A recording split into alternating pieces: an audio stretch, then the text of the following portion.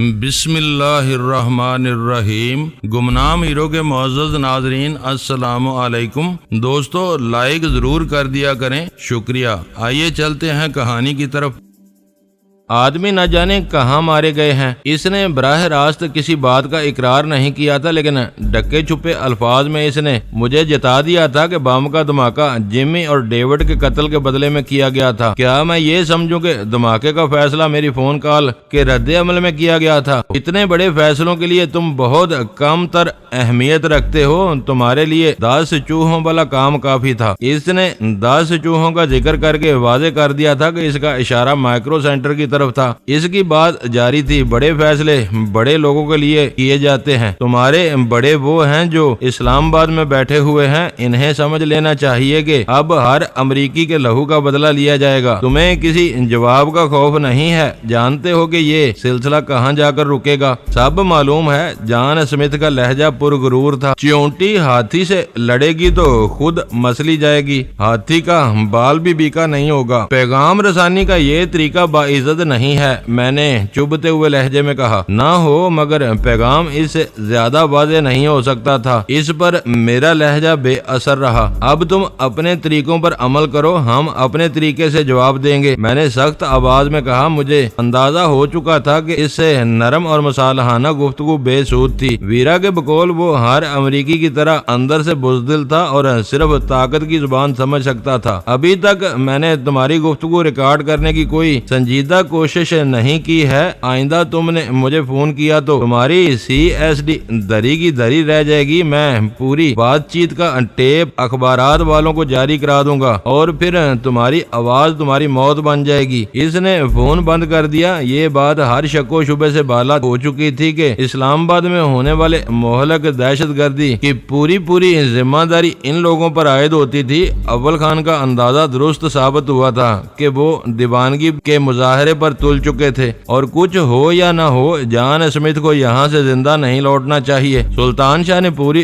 گفتگو سننے کے بعد غصے سے پیچ و تاب کھاتے ہوئے کہا، یہ بھی ہو جائے گا، لیکن اس کے لیے ہمیں اپنی حکمت عملی تبدیل کرنی پڑے گی۔ اس تبدیلی میں خوف یا بزدلی کا عنصر نہیں ہونا چاہیے۔ ویرا نے شرط عائد کر دی۔ ایسی کوئی بات نہیں ہے، میں تمہاری تجویز کے بارے میں سوچ رہا تھا۔ اول خان نے کہا، تمہاری تجویز کا ذکر میں دوسری بات سن رہا ہوں۔ تم نے اول خان سے کیا بات کی تھی؟ میں نے پوچھا۔ کوئی خاص بات نہیں تھی۔ میرا خیال تھا کہ ہمیں اب بھارت کا رخ کرنا چاہیے۔ وہاں انل بسواس تمہارے لیے بہترین نشانہ ثابت ہوگا۔ ابھی تک ہم یہاں رہ کر دفاع کر رہے تھے، اب بڑھ کر دشمن پر ضرب لگانے کا وقت آ گیا ہے، ویرا نے جواب دیا۔ ویرا کی اس تجویز کا جان اسمتھ سے کیا تعلق نکل آیا؟ میں نے اول خان کی طرف دیکھ کر حیرت سے پوچھا۔ اس وقت جان اسمتھ ہمارے لیے سب سے زیادہ اہم ہے، پہلے اس کی سرگوبی ضروری ہے۔ میں ایک پنتھ دو کاج کے بارے میں سوچ رہا ہوں۔ اول خان نے مبہم سا جواب دیا، شاید اس بارے میں اس کا ذہن صاف نہیں تھا۔ انل بسواس کے علاوہ دوسرا کاج کس کو بنانا چاہ رہے ہو؟ ویرا نے تجسس سے سوال کیا۔ جان اسمتھ اول خان کے جواب نے سب کو چونکا دیا۔ وہ ایک بڑے ایشیائی خطے میں CIA کے آپریشن کا سربراہ ہے۔ اس نے پاکستان اور خاص طور پر کراچی کو اپنا مرکز بنایا ہوا ہے، مگر وہ اکثر دوسرے ایشیائی ملکوں کے دورے پر جاتا رہتا ہے۔ اسے نئی دہلی کے کسی دورے پر زیادہ آسانی سے نشانہ بنایا جا سکتا ہے۔ اس طرح ہم اس الزام سے بچ جائیں گے کہ پاکستان میں امریکی کو خون ارزاں ہو گیا ہے۔ اول خان کی پوری بات میری سمجھ میں آ گئی۔ پاکستان کے بارے میں اس کے دشمنوں کے رویے میں سختی اور تندی آ گئی تھی۔ ان کے کسی انتہائی اقدام سے بچنے کے لیے ضروری ہو گیا تھا کہ ہم فوری طور پر کسی اور ملک اور ٹھکانہ تبدیل کر لیں۔ ٹھکانے پاکستان سے باہر رہ کر ہم زیادہ بے خوفی سے اپنا کام سر انجام دے سکتے تھے۔ مقامی مسائل کے تدارک کے لیے STF سمیت دوسرے ادارے ہمہ وقت فعال تھے۔ تم اپنے ساتھ کس کس کو بھارت لے جانے کا ارادہ رکھتی ہو؟ میں نے ویرا سے پوچھا۔ خدا کا خوف کرو ڈینی، وہ فوراً ہی بول پڑی۔ میری تجویز تمہارے لیے تھی، تم بتاؤ کہ کون کون تمہارے ساتھ جائے گا۔ اس فہرست میں میرا نام سب سے اوپر ہونا چاہیے۔ میں تمہارے لیے ہمیشہ بہترین مددگار ثابت ہوئی ہوں۔ ملک سے باہر کے مشن میں زیادہ بھیڑ بھاڑ خطرناک ثابت ہو سکتی ہے۔ میں نے سگریٹ سلگا کر جواب دیا، 2 نفری ٹیم سب سے بہتر رہے گی۔ ایک کے ساتھ کوئی ناگہانی واقعہ پیش آ جائے تو دوسرا اس کی خبر کے ساتھ گھر واپس آ سکتا ہے۔ امریکہ ہم دونوں گئے تھے، بھارت کے لیے بھی میں تمہارا ساتھ دینے پر تلی بیٹھی ہوں، ویرا بولی۔ بھارت کے لیے اول خان میرا بہترین ساتھی ثابت ہوگا، میں نے اس کی طرف دیکھتے ہوئے کہا۔ مگر مجبوری ہے، اول خان نے سوگوار مسکراہٹ کے ساتھ کہا۔ ایس ٹی ایف کا ہر رکن پاکستان کی حدود میں رہ کر کام کرنے کا پابند ہے، یہاں ہمیں ہر طرح کا تحفظ حاصل ہے۔ پاکستان کی سرحدوں سے قدم نکالتے ہی ہماری کوئی حیثیت نہیں رہتی، ان سارے تحفظات خود بخود ختم ہو جاتے ہیں، بس پھر میں ہی تمہارے ساتھ چلوں گی۔ اول خان کے انکار پر ویرا خوش ہو گئی۔ تم امریکہ جا چکی ہو، وہاں کے ماحول میں گھل مل گئی تھی، بھارت میں ایسا نہیں ہوگا۔ اس موقع پر سلطان شاہ بھلا کیوں کر خاموش رہ سکتا تھا؟ اپنے رنگ و روپ اور خد و خال کی وجہ سے تم ہر جگہ نگاہوں کا مرکز بنی رہو گی اور ڈینی کے لیے مسائل کھڑے ہوتے رہیں گے۔ اس بار میں ڈینی کے ساتھ جاؤں گا۔ غزالہ خاموش بیٹھی تھی اور گفتگو میں پوری دلچسپی لے رہی تھی، مگر میں کن آنکھوں سے جائزہ لے چکا تھا کہ وہ بار بار پر امید نظروں سے میری طرف دیکھ رہی تھی۔ میں نے سر اٹھا کر اس کی طرف دیکھا اور پھر نرمی سے کہا، تم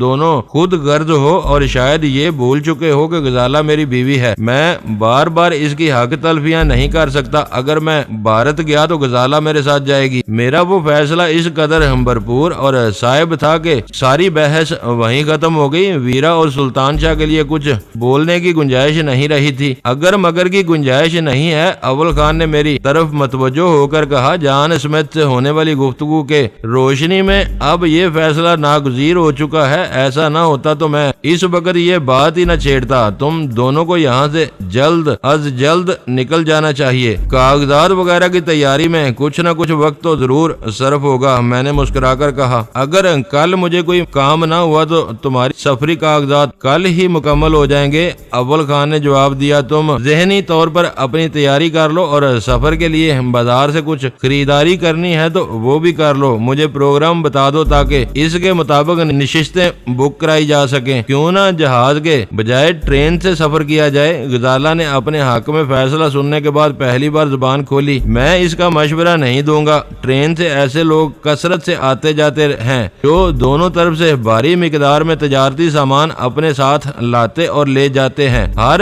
پھیرے میں وہ معقول رقم کماتے ہیں اور یہی ان کا روزگار بھی بن گیا ہے۔ یہ لوگ کسٹم والوں کو بھاری رقمیں دے کر سامان نکلواتے ہیں۔ ان کی وجہ سے سرحدی عملے میں بہت سی خرابیاں پھیل گئی ہیں۔ ان کی وجہ سے عام مسافروں کو بھی شدید دشواریوں کا سامنا کرنا پڑتا ہے۔ اول خان بھارت کے لیے ٹرین سے سفر کے بارے میں اپنی معلومات کا دریا بہائے چلا گیا۔ ٹرین میں آدمی کسی کی نظروں میں آئے بغیر بھیڑ میں مل جل کر گزر جاتا ہے۔ جہازوں میں مسافروں کی تعداد محدود ہوتی ہے، اس لیے شناخت کا خطرہ بڑھ جاتا ہے، ورنہ سفر جہاز کا ہی بہتر ہے۔ غزالہ نے اپنی فرمائش کا سبب بھی واضح کر دیا۔ تم روانگی کے بارے میں بلا وجہ اتنی سنجیدہ ہو رہی ہو؟ سلطان شاہ بولا، آج یہ تجویز پیش کی گئی ہے، اگلے کسی اجلاس میں اس بارے میں کوئی آخری فیصلہ کیا جائے گا۔ اس وقت سفر کا ذریعہ بھی طے کر لینا۔ سلطان شاہ اتنا سنجیدہ تھا کہ غزالہ کی استفسار طلب نگاہیں میری طرف اٹھ گئیں۔ اس کے مذاق ایسے ہی ہوتے ہیں، تم اس کی باتوں پر دھیان نہ دو،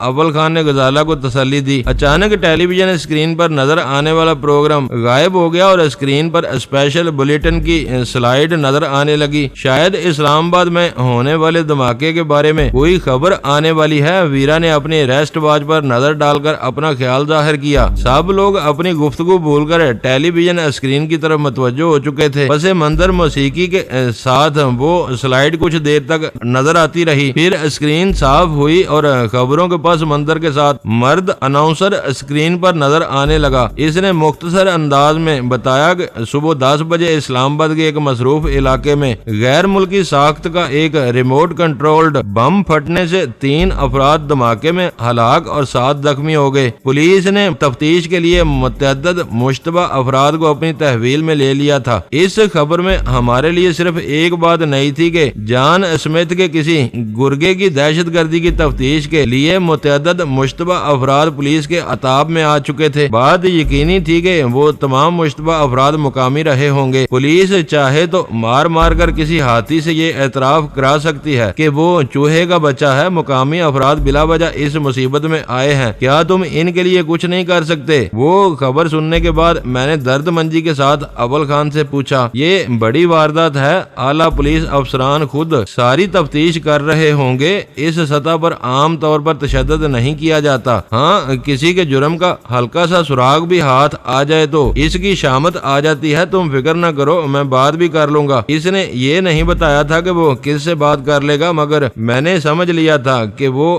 اپنے باس سے براہ راست بات کرے گا، وہی پولیس کے اعلیٰ افسران کو سمجھا سکتا تھا۔ اسلام آباد کی واردات میں کون سے عناصر ملوث تھے؟ ہمیں ڈینی کے ساتھ بھارت جانے کی خوشخبری مل گئی ہے۔ جانے سے پہلے 2-4 دن اپنے بنائے ہوئے کھانے کھلاتی رہو تاکہ ہم تمہارے حق میں دعائیں خیر کرتے رہیں۔ ایسا نہ ہو کہ تم آج ہی باورچی خانے کی چھٹی کرو، ویرا نے غزالہ سے کہا۔ تو کیا تم کھانے کھائے بغیر دعائیں خیر نہیں کرو گی؟ غزالہ نے تیوریوں پر ہلکا سا بال ڈال کر پوچھا۔ مجھ پر اول خان جیسے بزرگوں کا سایہ ہے، پیٹ بھرتا ہے تو دل سے دعا نکلتی ہے۔ غزالہ ہنستی ہوئی اٹھی اور کچن کی طرف چل دی۔ اس کے جانے کے بعد سلطان شاہ بولا، یہ مزے زیادہ سے زیادہ کل تک کے ہیں، کچن میں ویرا کا راج ہوگا تو فاقے ہوں گے یا ہوٹل بازی پر گزارا کرنا پڑے گا۔ یہ سمجھ لینا کہ ڈینی اور غزالہ کے جانے کے بعد تم میرے رحم و کرم پر رہ جاؤ گے، ان کی واپسی تک میں گن گن کر سارے بدلے چکاؤں گی۔ ویرا نے اپنے ہاتھ پر ہاتھ مار کر کہا، کھانا میں بناؤں گی، برتن تم دھو گے، پاسپورٹ اور ویزے کے لیے مجھے اپنی تصویریں اور شناختی کارڈ دے دینا، کل نہیں تو پرسوں تک ہر چیز تیار ہو جائے گی۔ اول خان نے ان دونوں کی بحث کو نظر انداز کر کے مجھ سے کہا، اس بار پرانا نام ہی استعمال کرنے کا ارادہ ہے۔ اب مظہر خان چل پڑا ہے تو یہی رہنے دو، شناختی کارڈ بھی نیا بنوا لو، پرانا کارڈ میں تلف کر دوں گا، بس تو پھر تم تصویریں دے دینا۔ تم دونوں کے دستخط اتنے سادہ ہوں گے کہ تم آسانی سے نقل کر لو گے۔ یہ بات میری سمجھ میں نہیں آ رہی کہ تم کل یا پرسوں تک ہر کام کیسے مکمل کر لو گے؟ میں نے الجھے ہوئے انداز میں پوچھا۔ 2 پاسپورٹوں پر صرف تصویریں بدل کر سب کام ہو جائے گا، اول خان نے اطمینان سے کہا۔ پھر مرضی کا نام پوچھنا بیکار ہے، جو کچھ پاسپورٹ پر لکھا ہوگا وہی قبول کرنا پڑے گا۔ اول خان مسکرا دیا، تم ہر بات پر اتنی باریکی سے غور کرتے ہو کہ کمزوری فوراً تمہاری نگاہوں میں آ جاتی ہے۔ مجھے تمہارا پسندیدہ نام پوچھنے کی کوئی ضرورت نہیں تھی، یہ میری غلطی تھی۔ ایک اور نقطہ بھی اپنے ذہن میں رکھنا، میں نے اسے یاد دلایا، پاکستان اور بھارت والے ایک دوسرے کے شہریوں کو زیادہ لمبا اور آزاد ویزا نہیں دیتے، ہر سفر کے لیے نیا ویزا حاصل کرنا پڑتا ہے۔ یہ بات میرے علم میں نہیں تھی، اول خان نے اعتراف کیا۔ ایسا ہوا تب بھی کوئی مسئلہ نہیں ہوگا، اسلام آباد سے ایک دن میں تم دونوں کا ویزا لگوا لیا جائے گا، یہ باتیں تم مجھ پر چھوڑ دو۔ سفر شروع کرنے سے پہلے میں کاغذات کی طرف سے اپنا پورا اطمینان کرنا چاہوں گا، یہ معاملہ بھارت کے سفر کا ہے، کہیں بھی کوئی خامی رہ گئی تو ہم دونوں کو ایئرپورٹ پر اترتے ہی پاکستانی جاسوس قرار دے کر دھر لیا جائے گا۔ ویزا حاصل کرنے کے 2 طریقے ہیں، جعلی یا پھر اصلی۔ میں کسی بھی جعلی کاغذ کے حق میں نہیں ہوں، ہمارا کوئی بھی آدمی انڈین ہائی کمیشن سے ویزے لگوا لے گا، ہمیں اس بارے میں فکر مند ہونے کی ضرورت نہیں۔ یہ فیکس، کمپیوٹر اور ای میل کا دور ہے، وہ روزانہ جاری کیے جانے والے ویزوں کی فہرست بھارت بھیجتے ہوں گے اور سفارشی ویزوں کی نشاندہی کرتے ہوں گے۔ شاید ایسے مسافروں کو زیادہ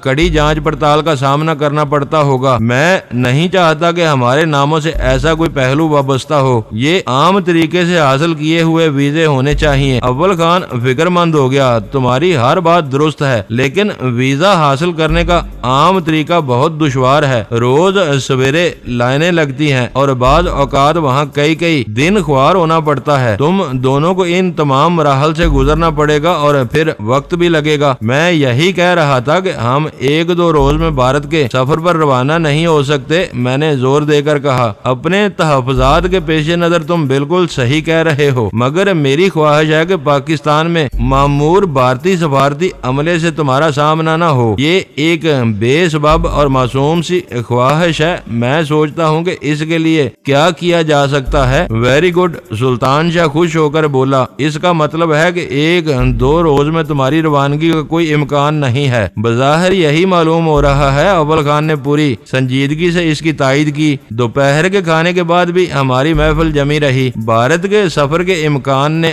ہمارے درمیان تجسس اور سرگرمی کی ایک نئی لہر دوڑا دی تھی۔ 4 بجے میرے موبائل فون پر جلال کی کال آئی، تم نے ٹیلی ویژن پر آج کی بدترین خبر سن لی ہوگی۔ اس نے اداس اور تھکی تھکی آواز میں پوچھا۔ اس حادثے کا ایک اور زخمی چل بسا ہے، مرنے والوں کی تعداد اب 4 ہو گئی ہے۔ پرانی خبر اول خان سے مل گئی تھی، مرنے والوں کی تعداد میں اضافے کی اطلاع نہیں ہے۔ صبح سے میں تھک کر چور ہو گیا ہوں اور ابھی تک کوئی سرا ہاتھ نہیں آیا۔ وہ کہہ رہا تھا پکڑے جانے والوں میں 3 افغان بھی ہیں، لیکن جس ساخت کا بم پھٹا ہے وہ اب تک افغانوں کی دسترس میں نہیں ہے۔ میں نے اس کی بات کاٹ دی، ہو سکے تو سارے مشتبہ افراد کو رہا کر دو۔ صبح کا دھماکہ امریکی ایجنٹوں کی طرف سے ہمارے لیے ایک دھمکی امیز پیغام تھا۔ اس میں شاید کوئی مقامی یا افغانی باشندہ ملوث نہیں ہے۔ تم یہ بات کس بنیاد پر کہہ رہے ہو؟ اس کی آواز کی اداسی یکا یک دور ہو گئی۔ میں نے دوپہر کو جان اسمتھ سے براہ راست فون پر بات کی تھی۔ میں اسی کی کہی ہوئی باتیں دہرا رہا ہوں۔ کاش میں کسی طرح یہ بات ریکارڈ پر لا سکتا۔ اس کی آواز سے غصے اور بے بسی کا اظہار ہو رہا تھا۔ میں پچھلے کئی ہفتوں سے ایسے کسی سانحے کی بو سونگ رہا تھا، اسی لیے تمہیں امریکیوں سے دور رہنے کے مشورے دے رہا تھا۔ آخری گفتگو میں تم نے میرے مشورے کا بہت برا بھی منایا تھا۔ اس وقت بھی یہی امکان میرے سامنے تھا۔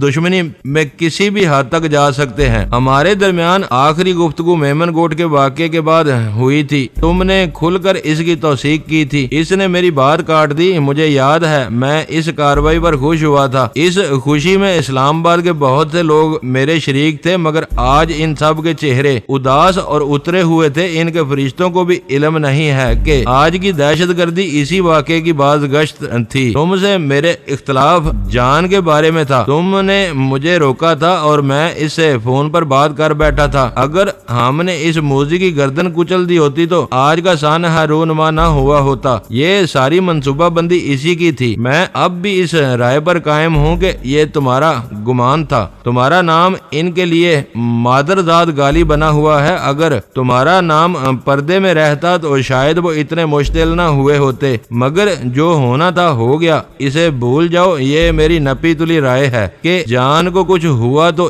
ان کا رد عمل آج سے کہیں زیادہ شدید ہوگا۔ تم نے دیکھ لیا کہ جان نے اسکول کے کسی بچے جیسی حرکت کی ہے۔ تمہارے فون کی شکایت دفتر خارجہ سے کی گئی ہے اور خط کی نقول براہ راست اخباروں کو جاری کر دی گئی ہے۔ ایسا نہ ہو کہ وہ تمہارے آج کے فون پر بھی ایسی ہی کوئی کاروائی کر گزرے۔ آج اس سے بالکل مختلف موڈ میں باتیں ہوئی ہیں۔ تم سے ہونے والی گفتگو میرے ذہن میں محفوظ تھی۔ اگر دھماکے کے بارے میں ابہام میں نہ ہوتا تو میں ہرگز اسے فون نہ کرتا۔ آج اس کے پاس شکایت کے لیے کچھ بھی نہیں ہے۔ جان دشمن کے خلاف اعصابی اور نفسیاتی سرد جنگ کا خصوصی ماہر ہے۔ مقامی رائے عامہ کے سامنے خود کو مظلوم اور بے بس ظاہر کرنے کے لیے وہ بھی نقطہ نکال سکتا ہے۔ اس سے اسے دوہرا فائدہ ہوگا۔ تمہاری ایک اور شکایت ریکارڈ پر آ جائے گی اور دھماکے کے بارے میں کوئی بھی اس پر شبہ نہیں کر سکے گا۔ اس نے تم سے جو کچھ کہا ہے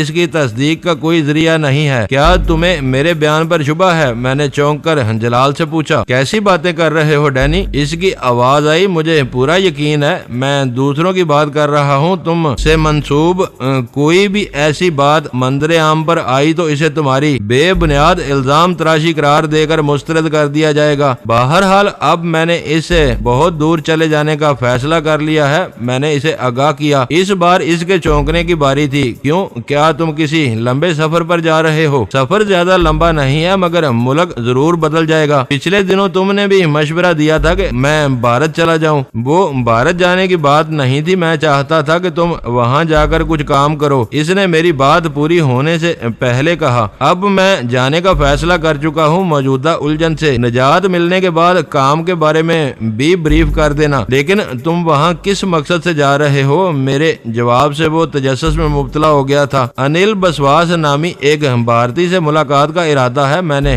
دھیرے سے کہا۔ میری زبان سے وہ نام سنتے ہی وہ پھڑک اٹھا۔ اس خبیث کا نام تمہیں کہاں سے مل گیا؟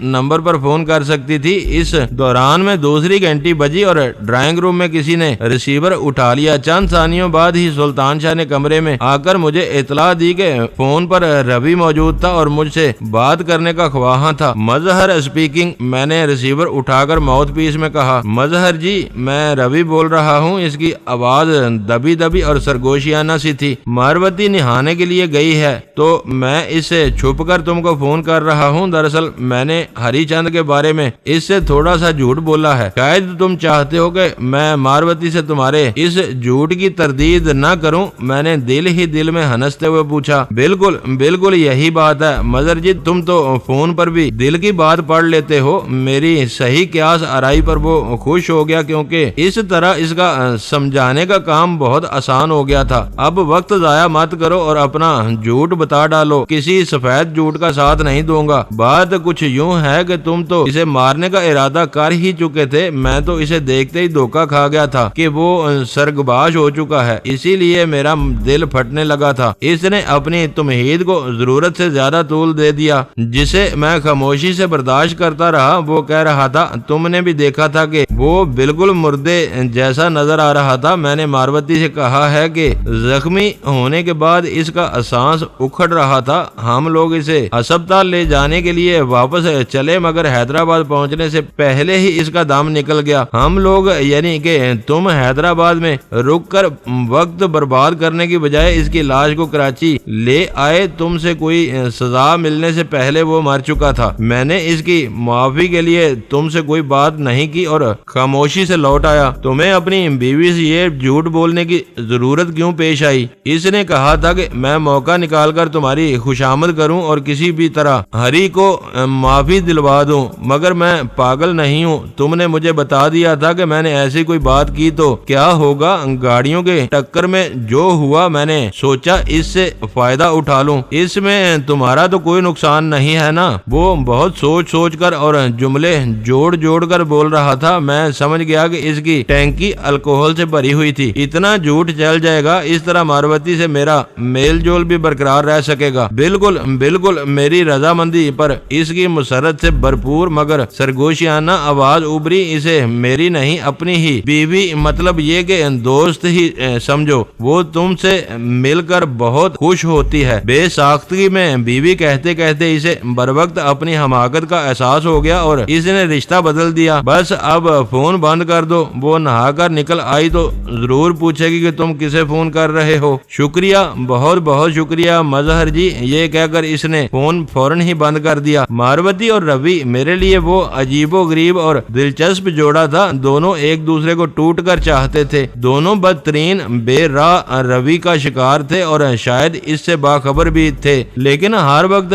بے خبر بنے خوش و خرم رہتے تھے۔ میں حیران تھا کہ وہ دونوں انسان ہوتے ہوئے حسد و رقابت کے انسانی جذبوں سے یکسر عاری تھے۔ تھوڑی دیر بعد غزالہ کمرے میں آئی تو اسی تجسس میں مبتلا تھی کہ ماروتی کی بجائے روی نے کیوں فون کیا تھا۔ اس وقت بھی میں اسی جوڑے کے بارے میں سوچ رہا تھا۔ میں نے غزالہ کو روی کے مدعا سے آگاہ کر دیا۔ حیرت ہے کہ بعض مرد اپنی بیویوں سے اتنا ڈرتے ہیں۔ پوری بات سن کر اس نے ہنستے ہوئے کہا، آپ تو مجھ سے ذرا بھی نہیں ڈرتے۔ شوہروں کو ڈرانے والی بیویاں اور ہی ہوتی ہیں، تم میں ایسی کوئی خامی تو نہیں ہے۔ میں نے ہاتھ پکڑ کر اسے بستر پر اپنے قریب ہی بٹھا لیا۔ ہاتھ چھوڑے، اس نے نیم دلانہ سی فرمائش کی۔ دروازہ کھلا ہوا ہے، ابھی سلطان شاہ آ کر کھڑا ہو جائے گا تو کیا سوچے گا؟ یہی سوچے گا کہ اب اسے بھی جلد از جلد اپنا گھر بسا لینا چاہیے۔ وہ اس بارے میں بات تک نہیں کرتا۔ یہ بہت اچھا ہوا کہ آپ نے مجھے اپنے ساتھ بھارت لے جانے کا فیصلہ کر لیا ہے۔ وہ دونوں یکجا رہیں گے تو انہیں اندازہ ہوگا کہ انہیں ایک دوسرے کے سہارے کی کتنی ضرورت ہے، اس نے سنجیدگی سے کہا۔